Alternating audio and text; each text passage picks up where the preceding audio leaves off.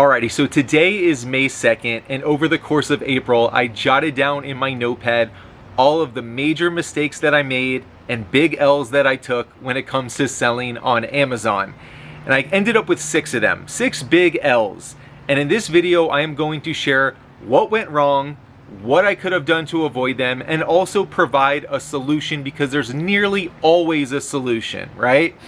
And so hopefully this helps you avoid these altogether, or if you do find yourself in one of these predicaments, you have some guidance on how to get out of it. Let's hop right into the biggest L that I took in April. I got hit with 2 IP complaints from the same brand. Now let me explain what happened, partly unavoidable and then partly very avoidable. First part, I found a new product at a store, bought it for 11 bucks, did all my reads as far as IP complaints go. I checked IP alert. I checked the amount of sellers. I checked who was selling it. I did the research, right? Everything passed the eye test, and I was right. I sold this product for $30. I sold it 60 times, and then out of nowhere, they hit me with an IP complaint. This is just part of Amazon, part of the game. I'm not complaining. It's one of those kind of unavoidable situations, okay? No big deal. You provide your invoice or receipts, and usually you can help get this eliminated. I haven't yet, but that's not really what we're here to talk about. Where I really messed up, once I found this product and this specific brand, it opened my mind to other things that this brand sells, which makes sense. And sure enough, I found another good selling product. Here's what happened though. When I got hit with the IP complaint on the first product, I didn't remove the other product. Even though it's not the same item, it's the same brand. It was enough of a red flag that I should have got rid of all of them. I'm someone that always preaches the opportunity on Amazon is so great. Don't ever jeopardize it. Don't cut corners. Don't get greedy. Don't be short visioned sided, right? And I did all of that. I just had a lapse of judgment. I should have pulled all of my items back and just not even taken the chance. But for whatever reason, I still don't know exactly why I didn't. And sure enough, I got dinged with an IP complaint for that listing too. I'm working actively to get rid of them. Again, receipts and invoices and reaching out to the brand manager. It's a pain in the butt and it's all unnecessary. Best case scenario, I made a couple $100. Worst case, I just retrieve it, list it on Facebook, Mercari, whatever. And really the worst case is what happened. I got another IP complaint. These are the only 2 IP complaints I currently have, and I have to spend time and energy and effort getting rid of them. One of them was kind of unavoidable, but the second one was certainly avoidable. Don't make that mistake. Amazon is a once in a lifetime opportunity. Don't get greedy. Don't get short-sighted. All right, number 2. I think this happens to most sellers. So I do primarily FBA, fulfillment by Amazon, but I came across these cookies that were random. I found them on clearance. The expiration date was in a couple months, so I couldn't even do FBA. I listed them all FBM. And they were so much of a home run, I even made an Instagram reel about it. I bought these cookies for like $2 and they were selling for like 30. This is just like one of those unicorn type of products, right? When I did FBM, which if anyone's not familiar, that means I send it directly to the customer, okay? I listed one more than I actually had. So I sold all out of them, and then I got a notification that I had made an FBM sale and I didn't have any more left, okay? Another example of when I've done this is when I do FBA, but let's say I list a product as soon as I get that product in my hands, like leaving a store doing retail arbitrage, and then if it doesn't sell by the time I get home, I'll just prep it, do FBA and send it in, but I've forgotten to take it off of my FBM inventory. So then a sale occurs, which is what happened with these cookies because I put the incorrect amount. And now I'm scrambling to get my hands on these really hard to get cookies. At this point, forget making money. I know I'm taking a major loss as far as cost goes. I had to find one online for like 30 bucks, rush it to me, and then get it to the customer. What you should do is just A, double check whenever you do FBM that you have the right quantity, and B, if you list something FBM to try to get a quick sale before you send it in for FBA, always remember to remove the FBM inventory. Number 3, definitely not the worst of these, definitely not the best either though. I'm sitting on a couple $100 of online arbitrage products from a brand that I am actually not allowed to sell on Amazon. This is a very, very easily avoidable thing. For whatever reason, I think I thought I was approved in the brand or that I had sold it before. Whatever the case may be, it could have even been that specific product that I wasn't allowed to sell. All you have to do whenever in doubt or selling a new brand or item to double check is go to the Amazon seller app. It takes 2 seconds. You scan the product and it'll tell you if you're eligible to sell it, or it'll say that you need to request approval. If that's the case, you can tap it right then on the spot, which you should always do. You can then click the yellow request approval button and it'll either give you the thumbs up okay, and then you can go about your day, or it'll ask you to provide like documentation, and that's more of a formal ungating process, which just means for now you're not allowed to sell that product. Now, it's not the end of the world. If you find products that are good sellers on Amazon and you find them at a decent price, I'm gonna sell it on either Mercari, eBay, Facebook Marketplace, whatever it is. Not the end of the world, but this is a good example of A, take the extra second to double check, B, always request approval on the spot, because a lot of times you can get approved instantly, and C, it's not the end of the world. This is why you should open an eBay and Mercari account as soon as you start selling on Amazon. I don't like to return products, that's just me. Moving on, another mistake that I made, I kind of forgot about Amazon's Meltable program. And for anybody not familiar, in a nutshell, basically between mid-April to mid-October, Amazon does not accept a lot of different products that melt under certain conditions. For instance, think of like chocolate bars or gummy vitamins or gummy bears, things that in high heat will start to melt and lose the integrity of the product. I'm actually going to read to you the program straight from Amazon, okay? Meltable inventory requirements. FBA accepts meltable products from October 16th to April 14th only. Meltable inventory stored or arriving at a fulfillment center from April 15th to October 15th is marked unfillable and disposed of for a fee. Meltable refers to all heat-sensitive products, including but not limited to chocolate, gummies, and select jelly and wax-based products. All right, so you get the gist of it.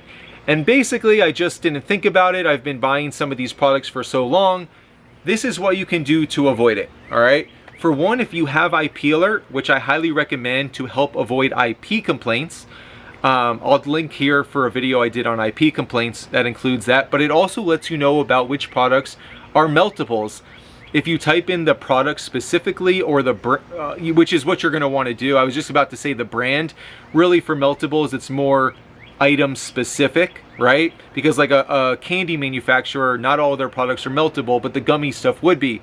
So you type in that product to IP alert, and if it is considered meltable, they have like a little ice cream cone icon which pops up on your desktop, or it'll let you know on your phone as well. So that's an easy way to avoid it. And frankly, just if you don't have that, when in doubt, there is a list and you can get this stuff out there. Err on the side of caution, use common sense. If you live in Florida and you're sending a chocolate bar through the mail during, I don't know, 6 months out of the year, I'm from South Florida, it's not going to arrive in good condition. Even if it gets to an air-conditioned room, it's going to be melted and then kind of reforms. So when in doubt, just use common sense. Not the end of the world. If you do buy these products accidentally and you go to list them and you realize it's meltable and Amazon won't take it, you can list it as FBM, but keep in mind, you still are responsible for getting it to them in the proper condition. Alrighty, next one up. I came across a product a couple months ago and I did my research on it, and I could get this product, let's say for 20 bucks, and it looked like it was selling for 50 bucks all day long. I even looked back a year to see how many sellers are typically on this listing, and it was always between 3 and 5 sellers. There was no indication that a lot of sellers are on this listing at any given time. And I want to take you to my computer now. So I want to show you, if you look at the bottom chart, this blue line indicates this is the amount of sellers, okay? I bought this product right around this time. If you see in the bottom, I'm hovering, it says January 23rd. At this given day, there was 3 sellers. Just scrolling back, this is a year snapshot. November 24th, there was 5. I'm randomly stopping. September 6th, there was 3. There was 2. Basically what I'm getting at is when I bought this product and I looked back a year on this product, there was always between 2 and 5 sellers, and the price up here in the top chart was always around $60, okay? Give or take a couple bucks. Then look what happens like the week after I buy this product. Look at this incredibly large spike in the amount of sellers. It went from 3 sellers on January 29th to 106 on February 28th. The year leading up to this, there was never more than 5, okay? So what do I make of that? Just really bad timing, okay? That's just part of the game. And by the way, the price tanked. You can look at this pink line up top. That's the buy box price. So as the amount of sellers go up, the price goes down. That's very common supply and demand, right? Lessons that you can do. 1, just accept the fact that sometimes you can't predict the future. There was no way and no indicators of knowing this amount of sellers were coming on this product and this item is going to tank the price.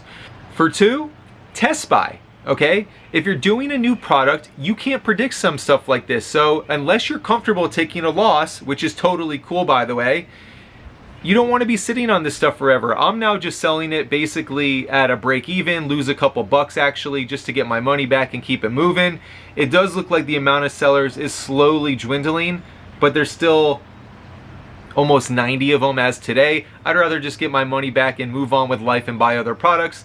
It's not a big deal. As long as you find good selling products, you can always offload it and just take a small hit on it, all right? So it's not the end of the world, and just accept that sometimes you can't predict what's going to happen in the marketplace with supply and amount of sellers. Number 5, major L.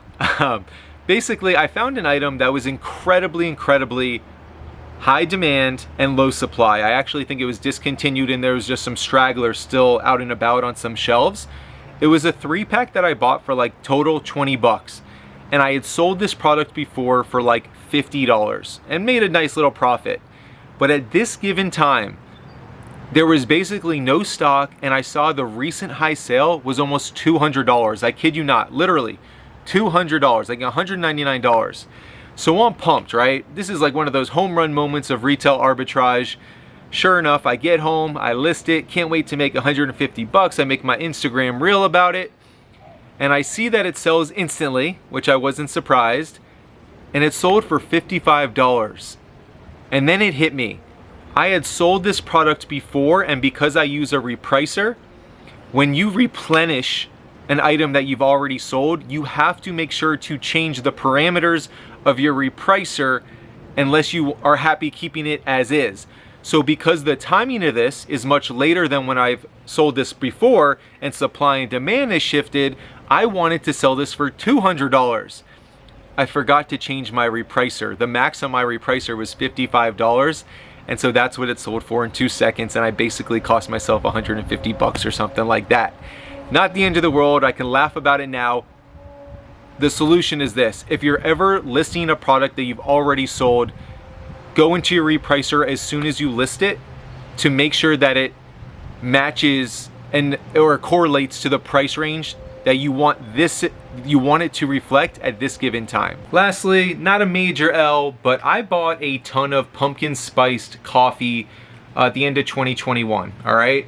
As I thought supply was dwindling down, you know, pumpkin, you think it's gonna end in September, October, whatever it is. People love their pumpkin spice coffee all year round. I looked at data, it sells for way beyond just fall. And so anyway, I went onto a listing that Amazon sometimes was on, sometimes wasn't. I was buying it for like $5, $7, selling it for 15 to 20. All was good.